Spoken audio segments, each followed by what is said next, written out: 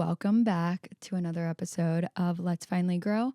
I'm your host, Ari, and today's theme is Oompa Loompa. I put some self-tanner on, and I kept it on for too long, and now I wanted to wear a white shirt, and yes, I could have changed it, but here I am, okay? So, take me as I am, or watch me. Just watch me. I'm not going anywhere. So sit down and watch. Buckle up. I'm giving you the right amount today. Exactly what you need. Not under, not over. Speaking of overgiving, that's where I was going with it. If you were wondering, I was saying I'm not going to overgive. And if you've watched any of my episodes, you know that the first 2 to 5 minutes are me getting my podcast scaries out. I just say random weird things. I try to figure it the fuck out. And that's really all we can do. So yeah, you should go listen to all my other episodes. I have like 54 out there and posted right now. I had to take a few down. I took a few down. So if you ever wonder where an episode went, just know that I legit was having an episode in those episodes, so they can't be seen anymore, I'm down to like humiliate myself a lot, but to a certain degree. So that says a lot. And if you're new here, I post episodes weekly, some weeks twice a week, some weeks we need some time off. But I don't keep up with pop culture or current trends or any of that shit. I mean, I did talk about Love Island last week, but it was brief. And it was to, talk about the psychology behind that interesting show. If you're going through something in your life, I can guarantee I have an episode that can relate to it with something I've gone through. And the humility I embrace, what I learned from it, what I'm still learning. So you can just scroll down and whatever fucking thing you have happening in your life, boom, click an episode, and you're not alone anymore. It's beautiful. Beautiful how that works. But let's get my Oompa Loompa ass back into work. You better work, bitch. Oh, get the scary, sillies, woo, zoomies out. So yeah, today we're talking about overgiving, not oversharing. If I just overshared, that's not what we're talking about today. That's fine for now. We're talking about overgiving and how it's not as selfless as people think it is, make it out to be, whatever. Overgiving, in my opinion, is control disguised as caring. Like, I think the people that are overgiving think that they care so much, so they're just like, let me give. And then sometimes if you're the one on the receiving end, you feel like, oh my God, they care so much. Like, it's a double-edged sword. Both people can think that, and it's just, no, it's not that. And we're going to get into what it actually is. I think a hard pill for me to swallow, because I've overgave before. I think we all have done this in our lives. Is you just have to watch what people do without your influence. Like, you can't control others, and that adds no benefit to your knowledge of where people stand in your life and who they actually are.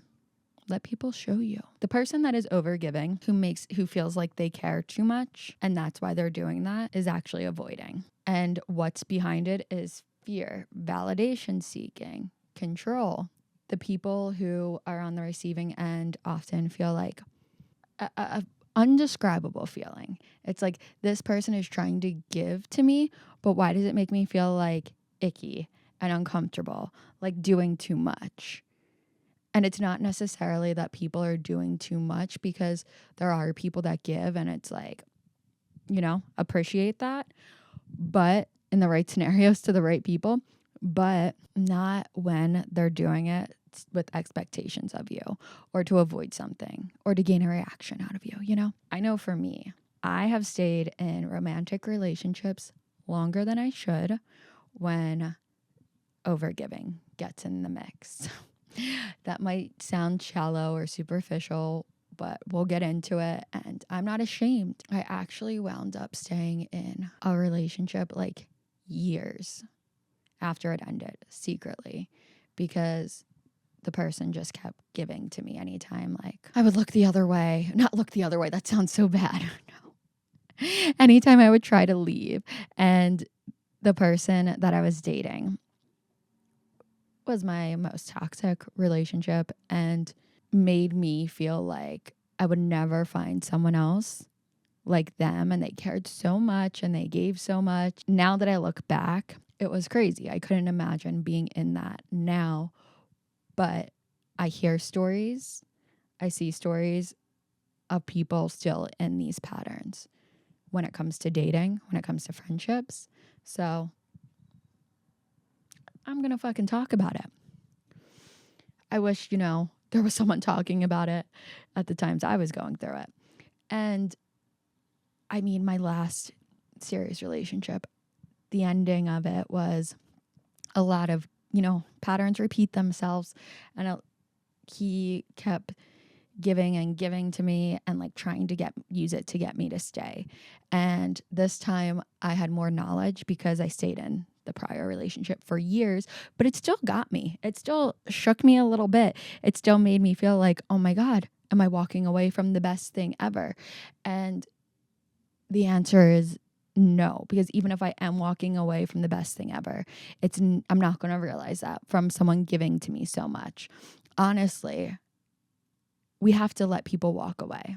Like, we have to let people walk away, whether they want to come back, whether they don't. We can't overgive to try to control them. And I have been guilty in these situations of confusing this like overgiving behavior as love or, falling for the instant gratification. Like, when you're in a relationship, there are certain things like, you can always just go and have dinner with that person. You can just go over their house, order food. Like, I'm talking all about food. You guys can go and just like, I don't know, do things. Like, there's a level of comfortability and there's a level of receiving when you're in a relationship with someone, especially as a girl. And when someone's flaunting that in your face, you're gonna be tempted. And the sick part about it is, on the receiving end, is that when you are tempted, you're going to do it. It's going to feel nice in the moment, have that comfort, have whatever, whatever you're gaining from it as an instant gratification. And then you're going to like feel awful about it after. And you're going to realize that you're trapped in this sick cycle that you want to get out of. That's why you were walking away in the first place. And then I've also been the overgiver in friendships, for sure. I think I've been an overgiver too in like situationships in the beginning of like trying to make something work and like trying to overgive my time and like whatever, trying to, ignoring certain things that just I shouldn't have ignored.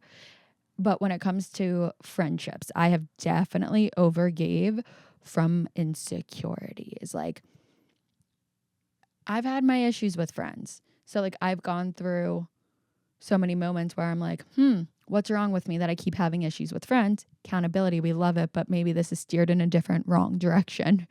And I will overgive in friendships to try to make them stay, or think that's what's going to have them appreciate me. Like, oh, why would this friend not want to be my friend? Why would this person not want to be my friend when,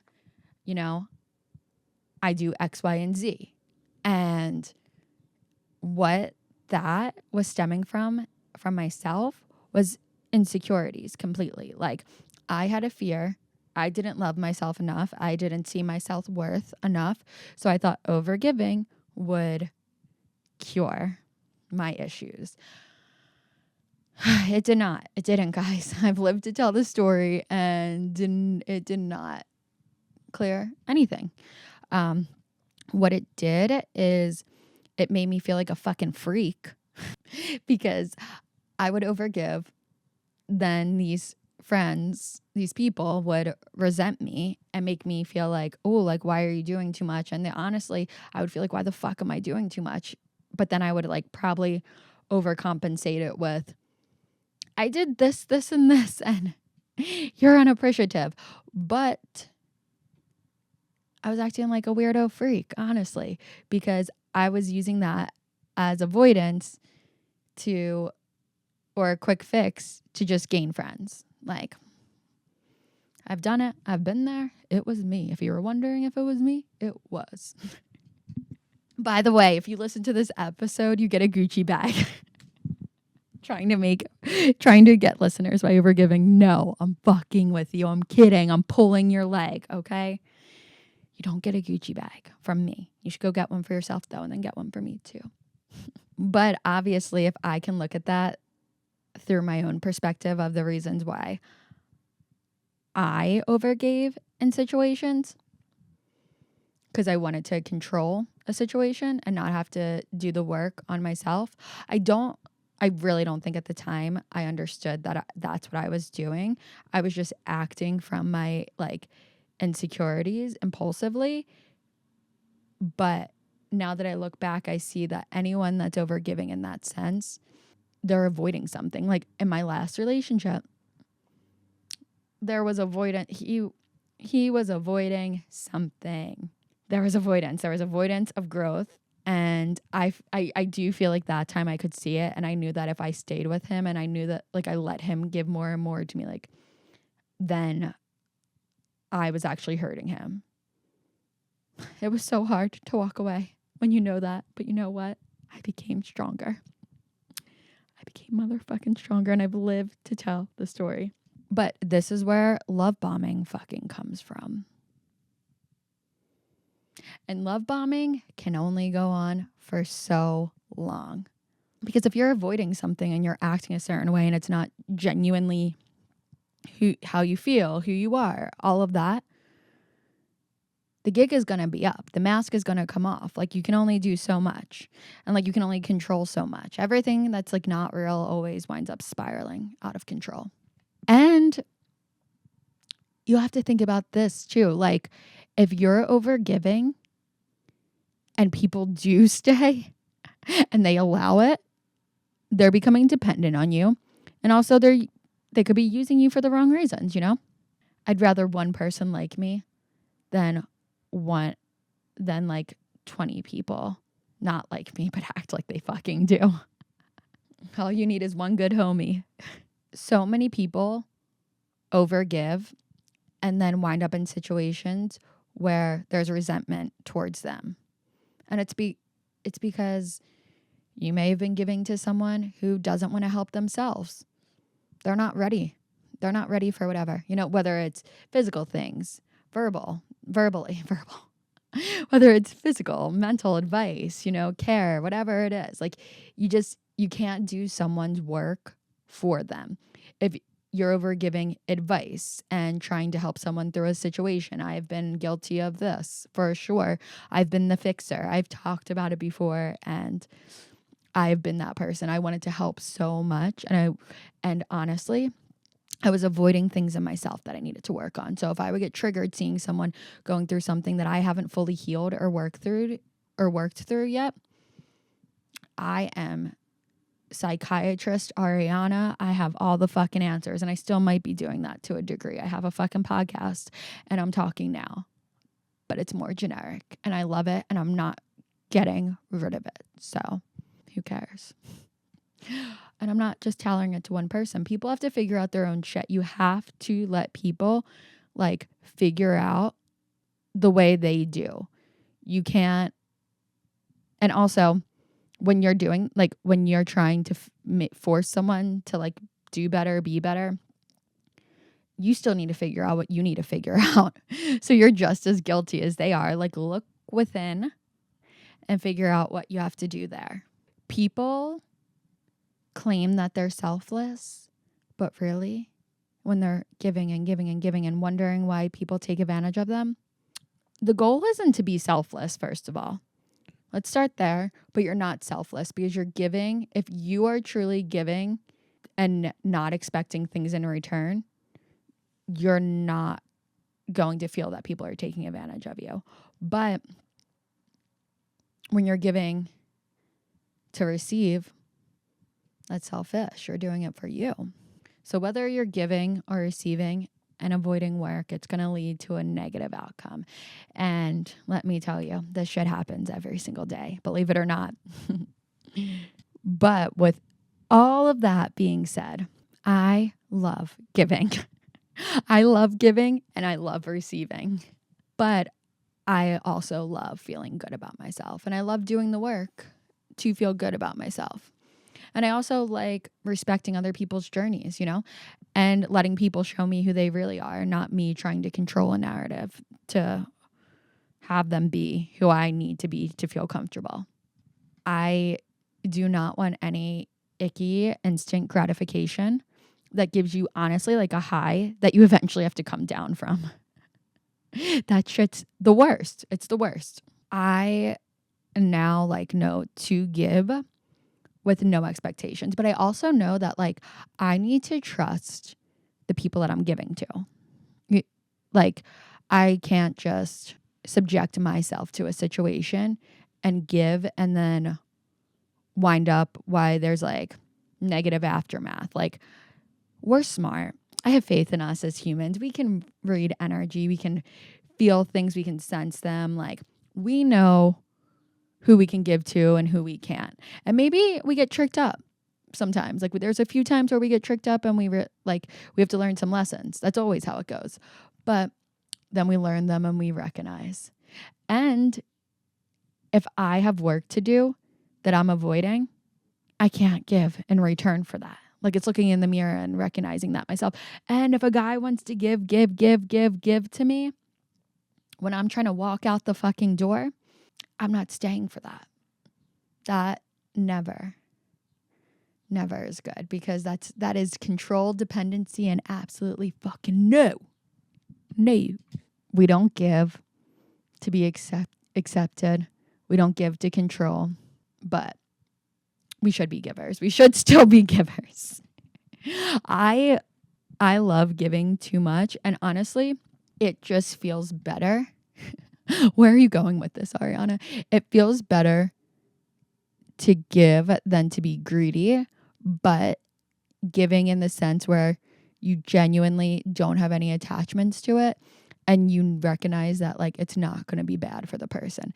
Example, if someone comes to you and asks for advice. If someone comes and asks for advice, give it to someone, but also don't take it as a moment where they need to listen to you for you to be okay. If they go against anything you say, you need to be good. So figure that out in your own way of what you can handle saying, and also don't connect yourself too much to the situation, because people are always going to do what they want to do. If they want to know what you would do, say it, let go. Someone's cooked here. I've cooked. I've learned new ways of doing things. I forgot what I was going to say. This is fucked. We were on a roll. I think also your capacity varies. If you're able to give to someone and still be okay, good. If someone comes to you numerous times asking for help and shit's not working, then you have to know that you can't give anymore. You can only give so much. So I don't know. I think there's a misconception that people that overgive are too selfless and they don't think about themselves. And maybe to a degree, but there's more to the fucking story. And if you listen to the whole episode, you'll understand that by now. So that's where we're at. I'm going to draw the line in the sand. The episode's over. I gave enough. If I did any more than this, it would be over giving. And then I would have expectations and we would have problems and you would resent me. And I just don't think that's what either of us want. Any of us. So let's wrap this shit up. Call it a day. And over and out. Over and out. I gave you my heart, my soul, my humility, my dignity, my words, my wisdom. And now, Oompa Loompa gotta go. I will talk to you soon. Mwah, mwah, mwah, mwah, mwah.